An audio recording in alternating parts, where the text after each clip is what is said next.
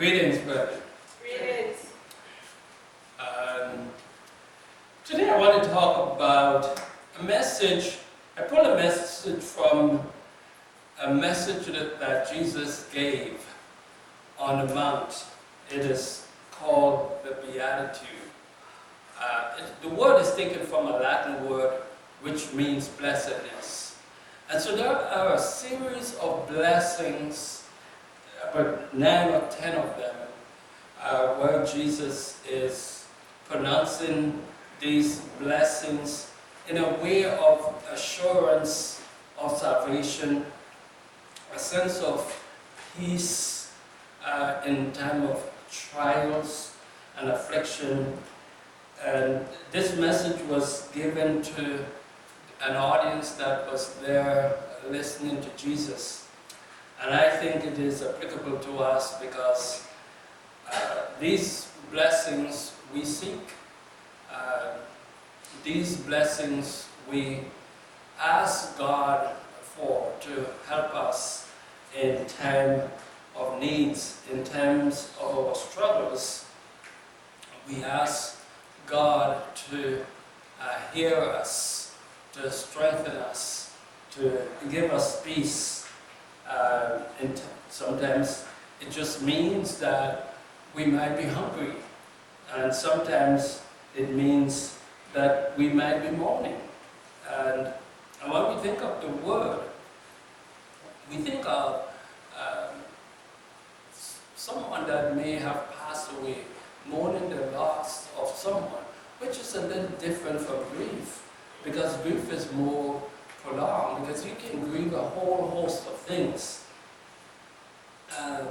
But when we mourn, it just seems more pronounced, because we may have lost a loved one, someone we care about. In my mind, this verse 4 of Matthew chapter 5, it says, blessed, verse 4, blessed are they that mourn, for they shall be comforted. So, in my mind, it reminds us of the ever-presence of the Lord in our day-to-day affairs. He understands our pain.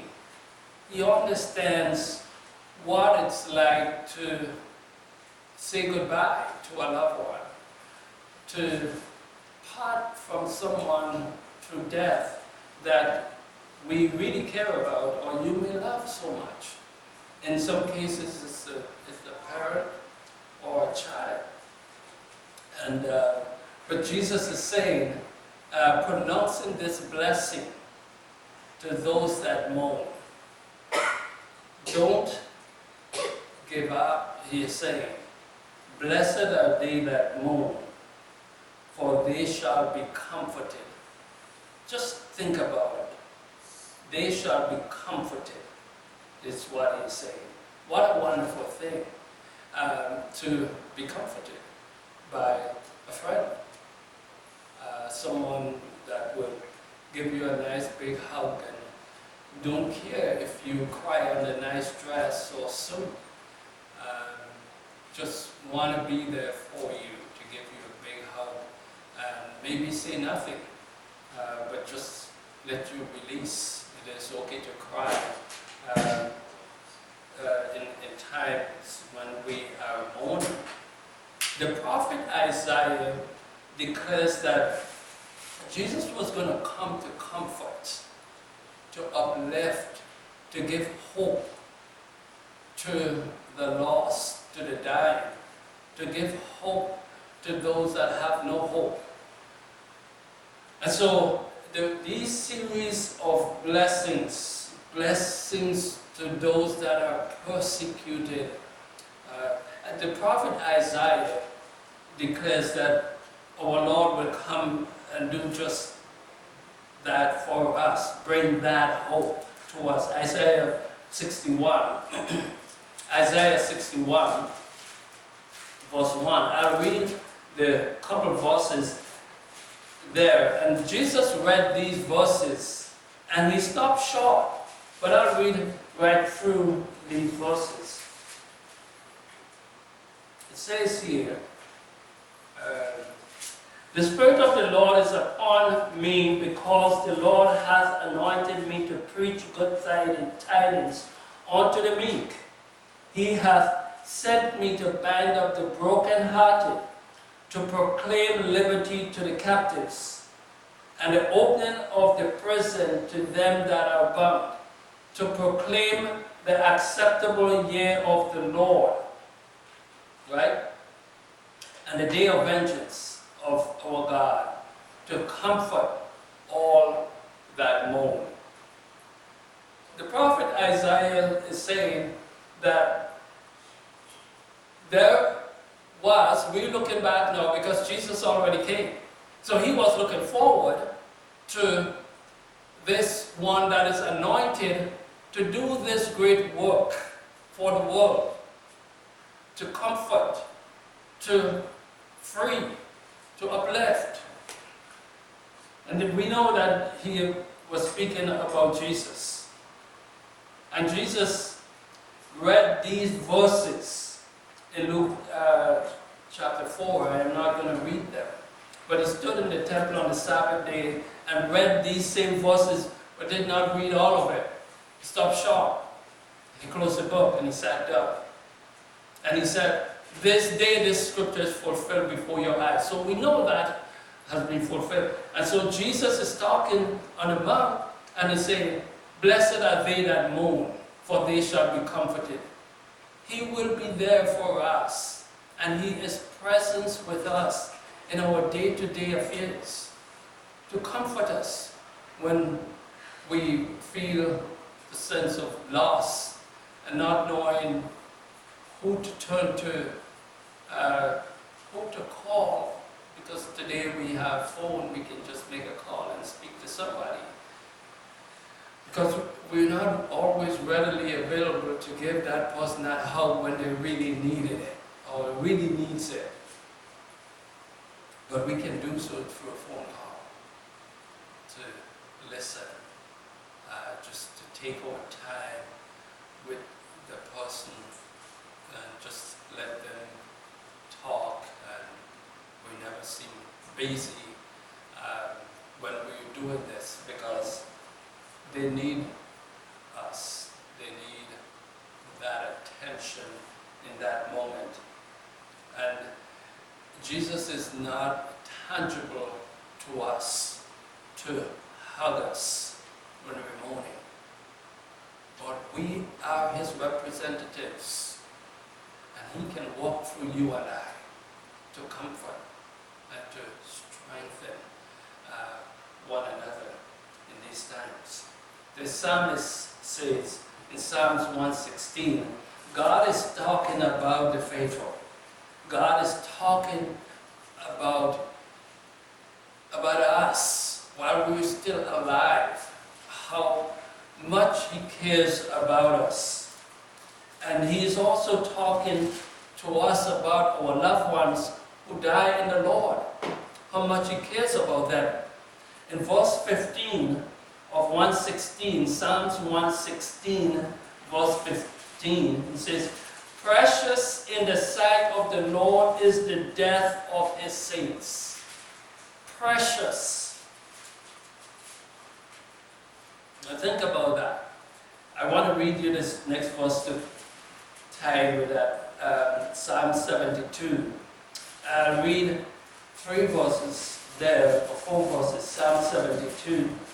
I read from 12 to 14.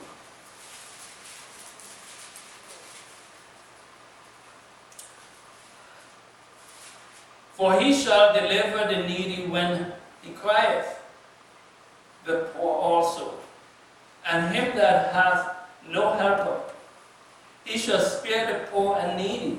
He shall save the souls of the needy.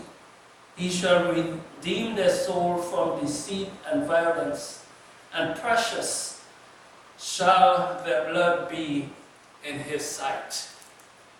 Right? So, Jesus said that in the message, blessed are they that are persecuted, and persecution sometimes can mean death. So the Lord is saying beforehand, how precious are the blood of his saints. He loved them. He will care for the needy. I said here, how comforting are these words to know that in times of need, God is present. In our pain, he is present. If we are sick, he is there for us. He is either there to heal us or to comfort us in saying, all will be well. In saying to our loved ones, don't worry. His soul is precious to me. He means everything. She means everything to me. Even in death. Does not mean that they're going to heaven in death. But they are written in a book. All God's people. In that book of life. The memory of them. While they are forgotten to us, they can't, or they lose their memory. We remember all the things they've done, so God also remembers them. They are precious to him. God cares for those in need. The weak and afflicted are precious in his sight. It is so nice, I said before, to know that someone cares. So, imagine you mourning. You lost a loved one. And someone call you that don't always call you. How nice it feels. Or anyone just call you. I heard, how are you doing? How comforting it is to know that that person cares. How much more comforting to know that God cares. Amen? That God cares about us. So he said to you and I that are still alive that the death of all the saints are precious. They're not saints after death. They do not wait for 50 years or 100 years to be named saint. You are a saint now. You cannot change your status in death. We can change our status in life. And so, when our loved ones in the Lord passes away, we mourn, it hurts. Because we know that we won't be able to call them again, to sit and dine with them again, or just to listen to their counseling, or just to be in their presence. Right? Because not all loved ones can counsel or able to speak. But their presence means so much. And sometimes just losing that company. The Lord is saying to us, I got your back. They are in my hands. I love them. I love her. I love all the saints, all those that have come to me. I asked the question, how did Jesus respond to his friends? His friends' brother was sick. And Jesus was told about the situation. Jesus did not just show up. He did not come immediately when he heard Lazarus was sick. But then later, Lazarus was dead. And many thought, even Martha said in John 11,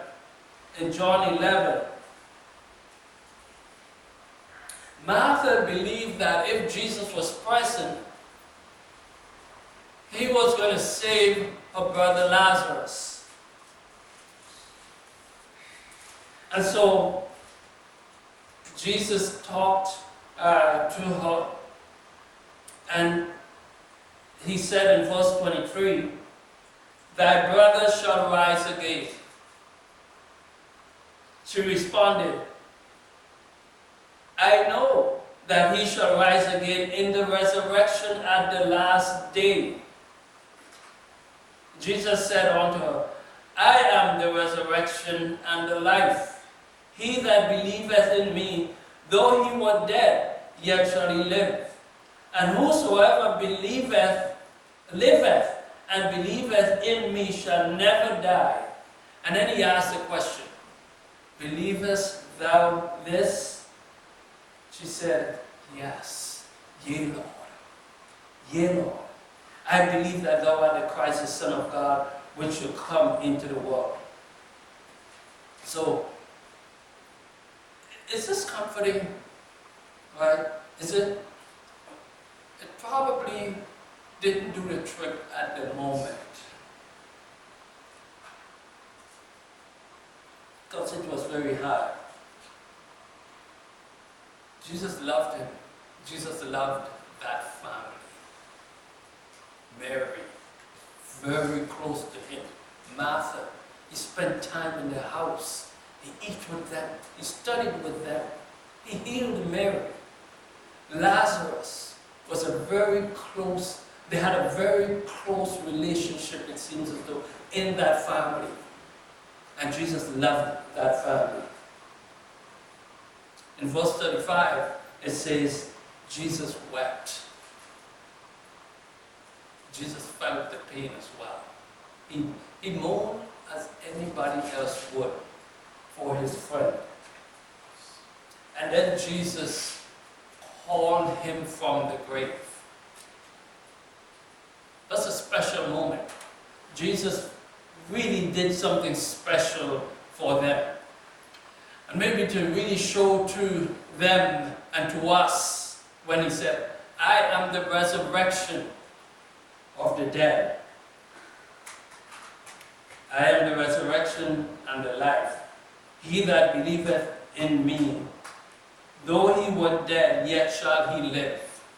So, and that's the faith that we have, and the hope that drives us in walking the walk that we're supposed to do, and continuing to have that faith, believing that,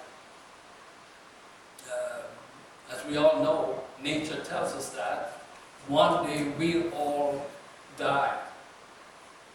But the saints dies with hope. The saints believe that they will rise again. The saints believe that everybody will rise, but there is a difference with the saints. They will rise to be with the Lord. Though he or she be dead, that person's last counseling is, "I will see you again." Will I? Because Jesus asked the question, "Believest thou this?" Right? So, the work is on us. We continue this journey. I want to show you some different kind of mourning that the Bible share with us. Just a couple of them. Just to show that we do not have a specific time period for a person to mourn. So I want to show you what Numbers 20, verse 29. And this was when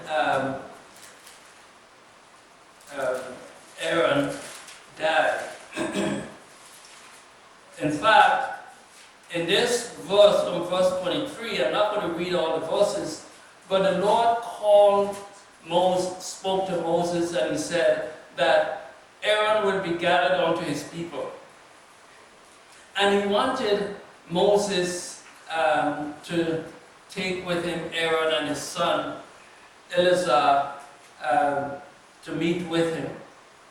And then the Lord asked Moses to take off Aaron's garment and put on Eleazar. You know what that means? It meant that the high priest is passed on to his son. So Eleazar now is wearing the high priest's garment. Because Aaron will be gathered with his people, meaning death. And so this is what Moses did. And the translators say stripped Aaron. Well, most of us would say he took Aaron's clothes off and he put it on Eleazar, right? But it says he stripped him. It just seems as though he just, okay, you're not deserving of this anymore, right? But that's not what it is. The Lord called him home, he died. Aaron, just at the foothill of the promised land, died as the Lord said, that none of them would enter the promised land. In verse 29, and when all the congregation saw that Aaron was dead, they mourned for Aaron 30 days, even all the house of Israel. So for 30 days, all Israel, they were so connected to this man as the high priest. Right? He meant everything to them. They knew that God was with them. But Aaron meant a lot to them. They mourned for him for 30 days. In 2 Samuel 1, verse 12. 2 Samuel 1.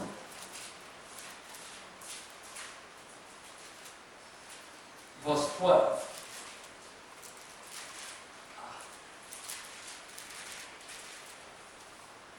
It says, and they mourned and wept and fasted until even for Saul and for Jonathan his son, and for the people of the Lord and for the house of Israel, because they were fallen by the sword. So, David and his people, they wept and mourned for Saul when they heard that Saul and Jonathan had passed. In chapter 30 of 1 Samuel, verse 4, it says, then David and the people that were with him lifted up their voice and wept until they had no more power to weep. So,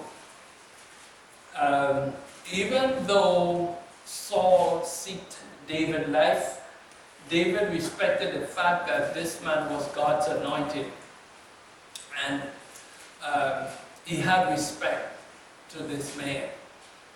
And Jonathan was very close to David. The scripture said that their heart was knitted together. Jonathan protected David on many occasions from his father. That's how much love they had between each other. They really felt the loss. They just cried until there was no more tears. They moaned that whole day when they heard what had happened to Saul and Jonathan. The children of Israel mourned for 30 days when they heard that Aaron passed away. So it is comforting to know that God allowed that mourning period, right? We mourn in hope.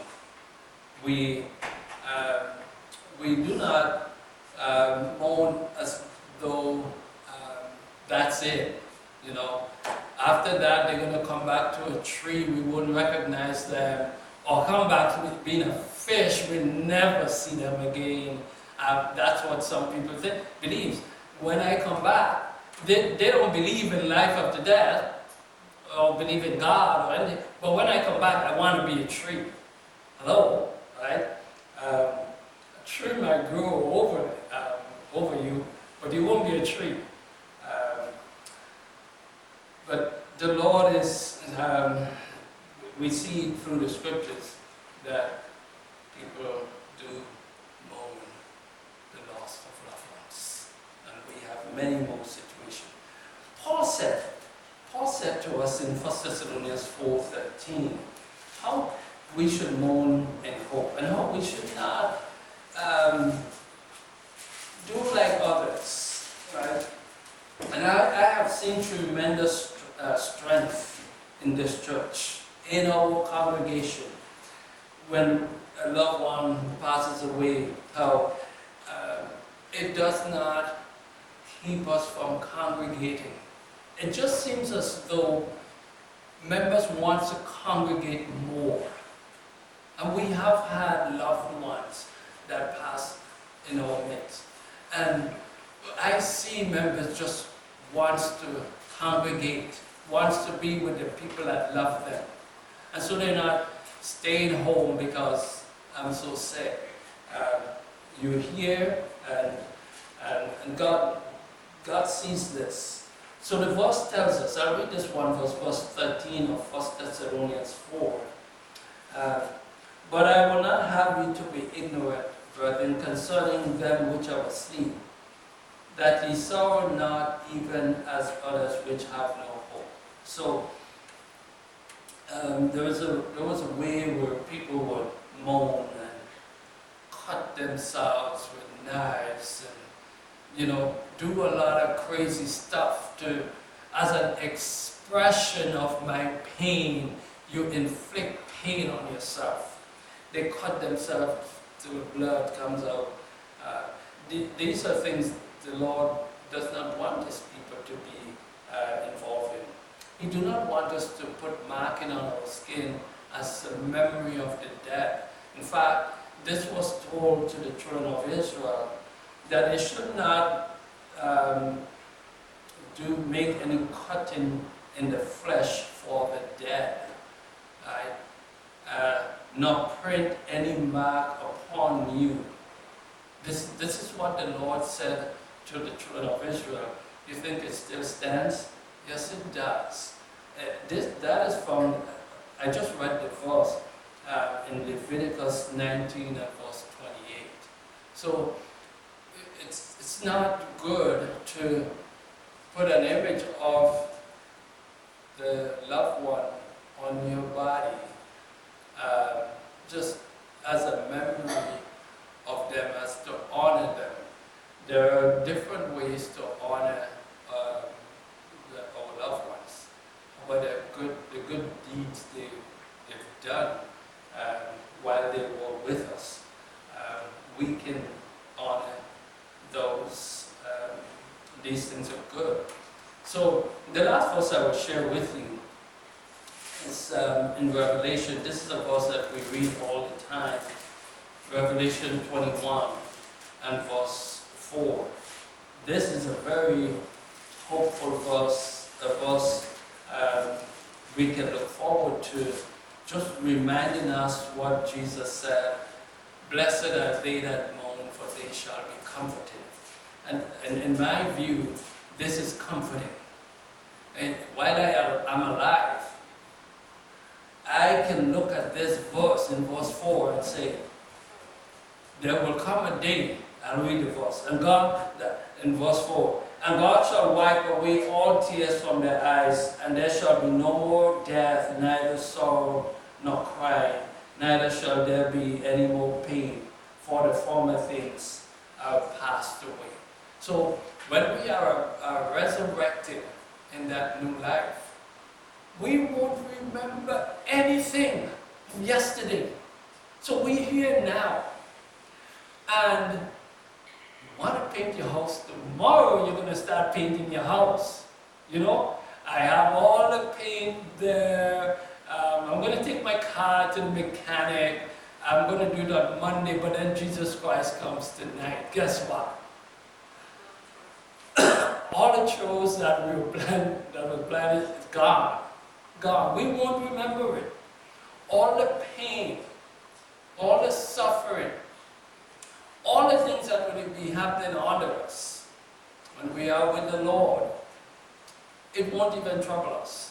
That is what the Lord is saying to us, because He has created something new and different for us.